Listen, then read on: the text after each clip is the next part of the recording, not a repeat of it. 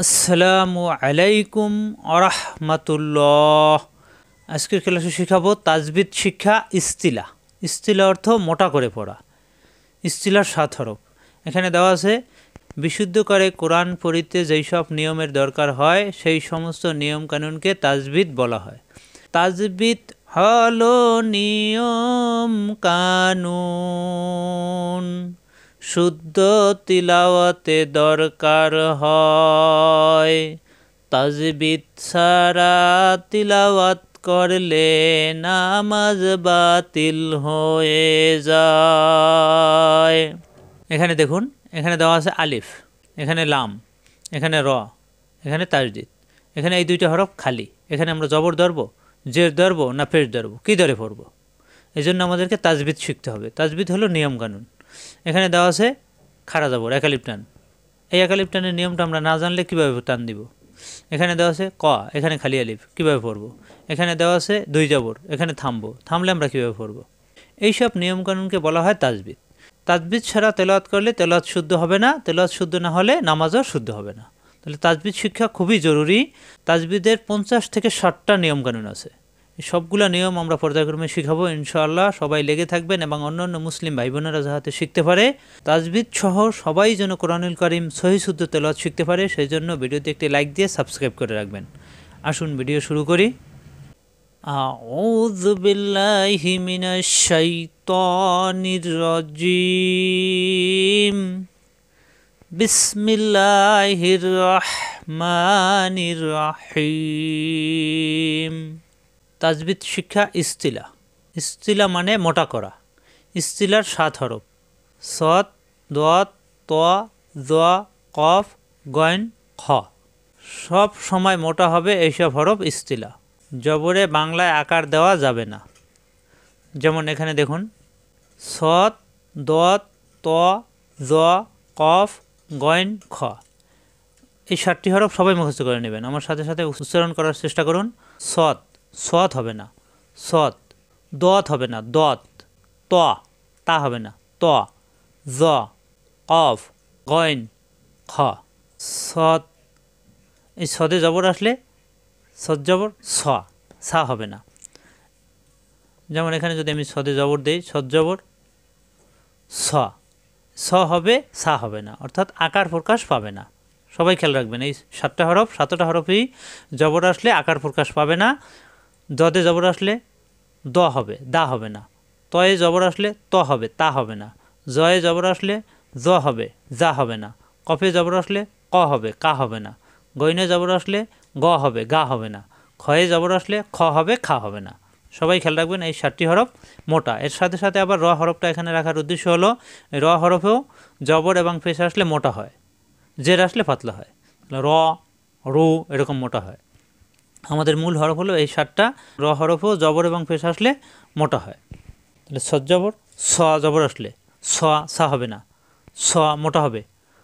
দত জবর দ, আকার প্রকাশ পাবে না, দ মোটা হবে। ত জবর ত, আকার প্রকাশ পাবে না, তা হবে না, ত। জয় জবর আসলে জ মোটা হবে, আকার প্রকাশ পাবে না, যা হবে না। কফ জবর ক, আকার প্রকাশ পাবে না, কা হবে না। গন জবর গ, গা হবে না। খ জবর খ, খা হবে না। সবাই খেয়াল করুন। স, দ, ত, জ, ক, গ, খ। আকাশ ঠিক রেখে উচ্চারণ করতে হবে। জবর আসার পরও আকার প্রকাশ পাবে না, একে বলা হয় ইস্তিলা। ইস্তিলা মানে মোটা। আরবিতে ইস্তিলা বলা হয় মোটা, বাংলায় মোটা। স, স মাকড়াস কোন জায়গায়? জিব্বা নিচে দাঁতে চাপ দিয়ে স। দ, জিব্বার গোড়ার কিনারা উপরের মারি দাঁতে গোড়ায় দ। ত, জিব্বার আগা উপরে 2 দাঁতের গোড়ায় ত, তা হবে না। জ, জিব্বার আগা দাঁতের আগায় জ মোটা হবে। ক, জিব্বার গোড়া থেকে ক। গ, কণ্ঠনালীর শেষাংশ গ। খ, কণ্ঠনালীর শেষাংশ। স, দ, ত, জ, ক, গ, খ। জের আসলে সজ্জের সুই, জের আসলে দজ্জের দুই, জের আসলে তজের তৈ, জজের জুই, কবজের কই, গঞ্জের গই, খজের খই। সবসময় মোটা হবে, জের আসলেও মোটা হবে। খি দুই তুই জুই কই গই খি পেশ আসলে ছত্রিশ সু দদে পেশ আসলে তৎপেশ দু তয় পেশ আসলে তৎপেশ তু জয় পেশ আসলে জপেশ জু কফে পেশ আসলে কপেশ কু গইনে পেশ আসলে গইন পেশ গু সবসময় মোটা হবে খফেশ খু এরকম স সুই সু সবসময় মোটা সবাই খেয়াল করুন স সুই সু মাকসার ঠিক রেখে উচ্চারণ করতে হবে সিনের মতো যেন না হয় স সুই সু দ দুই দু দ দুই দু ত তুই তু ত তুই তু জ জুই জু ক কই কু গ গই গু খ খি খু আমরা জানি হরকতের উচ্চারণ তাড়াতাড়ি দেরি করা যাবে না আর মোটা করে উচ্চারণ করতে হবে সবাই মুখস্থ করবেন এই 7টা হরফ ইস্তিলা জবর আসলে মোটা হবে জের আসলে মোটা হবে পেশ আসলে মোটা হবে প্রত্যেকটা হরফ যাই আসুক সবসময় মোটা হবে রয়ে শুধুমাত্র জবর পেশ আসলে মোটা হবে জের আসলে পাতলা হবে সবাই এটা খেয়াল রাখবেন আর এই হরফগুলো মুখস্থ করে রাখবেন এবং মাকসার সহ উচ্চারণ করতে হবে স স সুই সুই সু সু দ দ দই দু দ দই দু ত তুই তু মোটা হবে ত তুই তু জ জুই জু জ জুই জু ক কই কু কা হবে না কিন্তু ক কই কু গ গই গু গ গই গু খ খই খু খ খই খু সবসময় জবর আসলে আকার প্রকাশ পাবে না অর্থাৎ ছ হবে সা হবে না মানে এই 7টা হরফ সবসময় জবর আসার পরও আকার প্রকাশ পাবে না এটা মুখস্থ করে রাখতে হবে সবাইকে সবাই মুখস্থ করে রাখুন সৎ দত ত জ কফ গইন খ 7টা হরফ সবসময় মোটা হবে আয়াতের মাধ্যমে আমরা একটু উদাহরণ দেখি এখানে দেখুন কপেশ কু জিব্বার গোড়া থেকে উচ্চারণ কু কিন্তু এখানে পেশ আসছে মোটা হবে আমরা জানি কফ ইস্তিলা হরফ সৎ দত ত জ কফ গইন খ তাহলে কফ ইস্তিলা হরফ কু এখানে পেশ আসছে মোটা হবে কু কুমিল বেলাম সাথে কুল আপেশ হু কুল হু অজাবর অমিল বেলাম সাথে অল লাম খারা যাব ল অল আপেশ হু অল হু এখানে কিন্তু আল্লাহ শব্দ ডানে জবর আসছে আল্লাহ শব্দ মোটা হবে অল্লাহু খারা যাবার জন্য একালিপ টান এটাও তাজবিদের নিয়ম না জানলে আমরা এগুলো কীভাবে শিখবো কুল্লুহু আল্লাহু হামজা যাবার হা যাবার হা কন্ট্রোলে চাপ দিয়ে হা দাল দি ফের দুন আহাদুন এখানে অক্ষ করলে এই হামেল বা দালের সাথে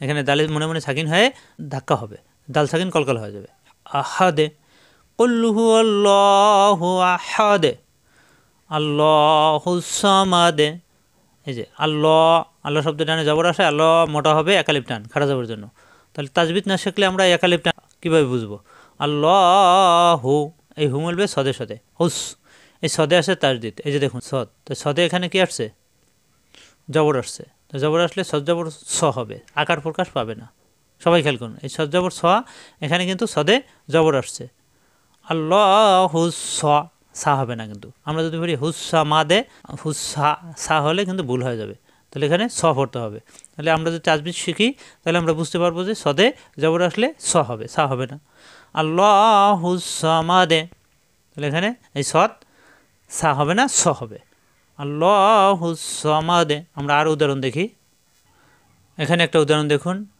নুন আলিফ জবর না মাদের হরফ একালিফ টান আমরা তাজবিদ না শিখলে এখানে টান দেবো কীভাবে নারুল্লাহি আল্লাহ শব্দ ল হবে আর এই রয় ফেস আসছে মোটা হবে নারুল্লাহিল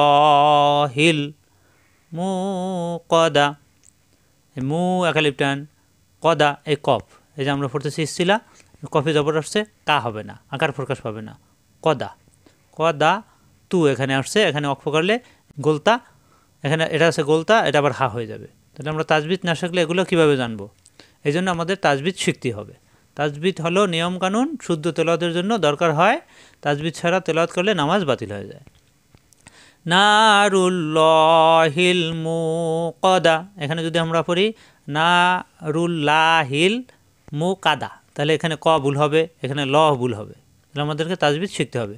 নারুল্লাহিল মুকাদা, এখানে আবার একালিপ টান, এই জন্য আমাদেরকে তাজবিদ শিখতে হবে। সবাই মুখস্থ করে রাখুন। সৎ, দত, ত, জ, কফ, গয়েন, খ, এই 7টি হরফ ইস্তিলা। জবর আসলেও আকার প্রকাশ পাবে না। সৎ জবর সা হবে না, দত জবর দা হবে না, ত জবর তা হবে না, জ জবর যা হবে না, কফ জবর কা হবে না, গইন জবর গা হবে না, খ জবর খা হবে না। সবাই মুখস্থ করে রাখবেন। এই হরফগুলা জবর আসলে আকার প্রকাশ পাবে না, আর প্রত্যেকবার কী হবে, মোটা হবে, অর্থাৎ এটাকে বলা হয় ইস্তিলা। ইস্তিলা অর্থ মোটা হরফ, সব সময় মোটা হবে। এই হরফগুলো সবাই মুখস্থ করে রাখবেন। খুবই গুরুত্বপূর্ণ ক্লাস। আজ এ পর্যন্তই। আসসালামু আলাইকুম আ রাহমাতুল্লাহ।